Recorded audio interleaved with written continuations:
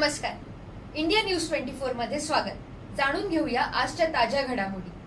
नागपूर शहराच्या भांडेवाडी पोलीस ठाण्याच्या हद्दीतील संघर्षनगर परिसरात अंमली पदार्थ विरोधी पथकाने गस्ती दरम्यान एक मोठी कारवाई केली आहे. माठोडा रिंग रोड जवळील संघर्षनगर गल्ली नंबर 3 मध्ये एका मोपेड वाहनाजवळ संशयास्पदरित्या थांबलेल्या 2 व्यक्तींची पंचांसमक्ष झडती घेण्यात आली.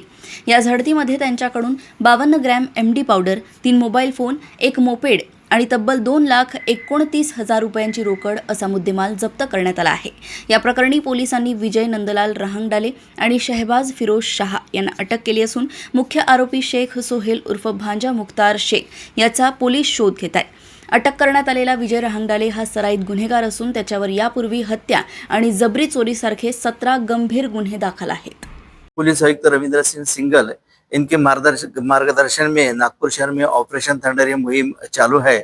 उसी के अंतर्गत अमली पदार्थ विरोधी दस्ते ने या पथक ने कल गश्ती के दरमियान वाठोड़ा एरिया में गश्त करते दरमियान एक रिकॉर्ड पे का आरोपी जो है विजय रहांगडाले, उसको उसके ऊपर संशय है कि उसके खिलाफ पहले भी NDPS के गुने दाखिल है और कुछ बॉडी ऑफेंस भी दाखिल है।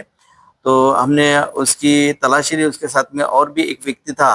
दोनों के पास से 52 ग्राम MD पाउडर, एक मोपेड वाहन और कैश लगभग 2,29,000 रुपए, ऐसा 9,04,000 का मुद्देमाल उनके पास मिला है। वो NDPS एक्ट के तहत हमने जब्त किया है और एक उसमें वांटेड आरोपी है और ये तीनों आरोपी के खिलाफ भांडेवाड़ी पुलिस स्टेशन यहाँ पे गुन्हा दाखल कर दिया है। माननीय पुलिस आयुक्त रविंद्र सिंह अशाच ताज्या घडामोडी जाणून घेण्यासाठी बघत रहा इंडिया न्यूज 24.